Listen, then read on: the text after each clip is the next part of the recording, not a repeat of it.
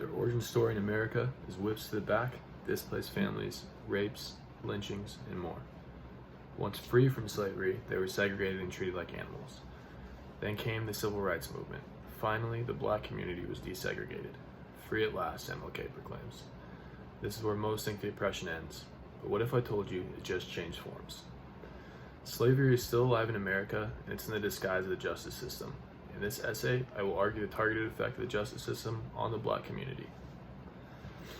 The first step towards ensuring the second enslavement process was the war on drugs. Enacted by Nixon, the war on drugs was a direct attack on blacks and hippies. In fact, according to John Ehrlichman, counsel and aide to Nixon, he stated, "You want to know what this is really all about?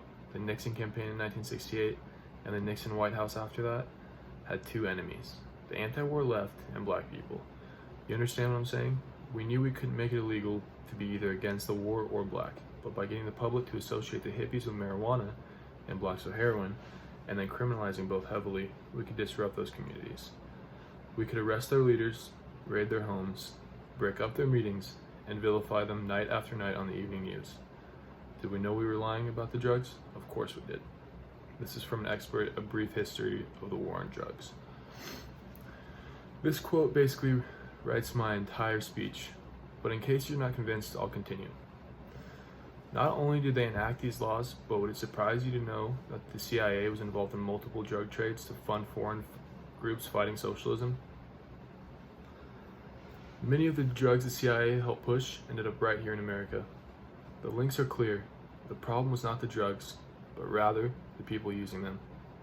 These laws disproportionately affected black people. Who cares? Black people do drugs and get caught, some say. Well, it's not just drugs, it's everything.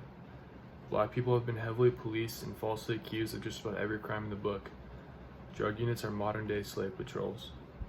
Our police forces have and still do racially profile. In fact, according to Darwin Bongram in his article, black people in California are stopped from far more often by the police. 28% of all persons stopped by Los Angeles police officers during the last 6 months of 2018 were black, while black people account for just 9% of the city's population. In San Francisco, the black population has shrunk over several decades to just 5% of the city's population, but 26% of all stops carried out by SFPD from July through December 2018 were of black people. So, are black people really that much worse? No. The answer is no. I don't say this because I want it to be true, I say it because it is. Racial tendencies do exist, but the demonization of black people is not one of them. Have we forgotten the stories of Rodney King, Walter McMillan, Calvin Bright, Michael Brown, and etc.? All these men were treated awfully by our system, whether beaten to near death, shot to death, falsely accused, and stripped of years of their life, or worse. These stories are just what we know. People fought tooth and nail to bring these stories to light and bring as much justice to them as possible. Can you even imagine the number of men who have been through the exact same situation but will never receive justice? Bottom line is, racial inequities put a terrifying amount of black men in prison or in the grave. Now that we know why and how so many black men are in prison, let's discuss the effects it has on their lives. The United States, although only having the third highest population in the world, has by far the highest number of prisoners at approximately 2 million.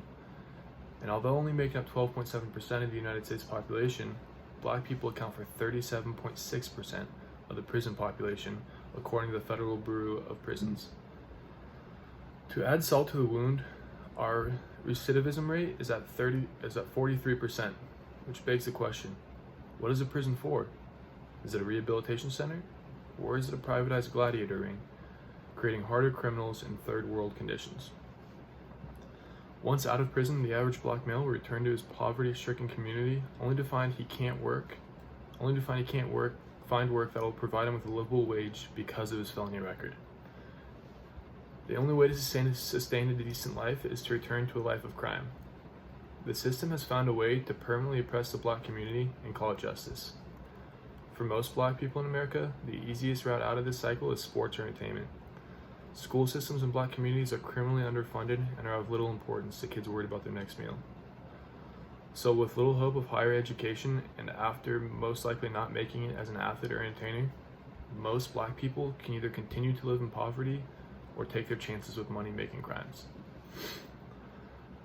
I can only read a horse to water, but after reading this essay, I hope to either added fuel to your already burning fire or possibly shed light on an issue you may not agree with. I believe that the justice system in America has systemically attacked the black community and will continue to do so until we take a stand. As Malcolm X so boldly stated, nobody can give you freedom, nobody can give you equality or justice or anything. If you're a man or a woman, you take it. Thank you.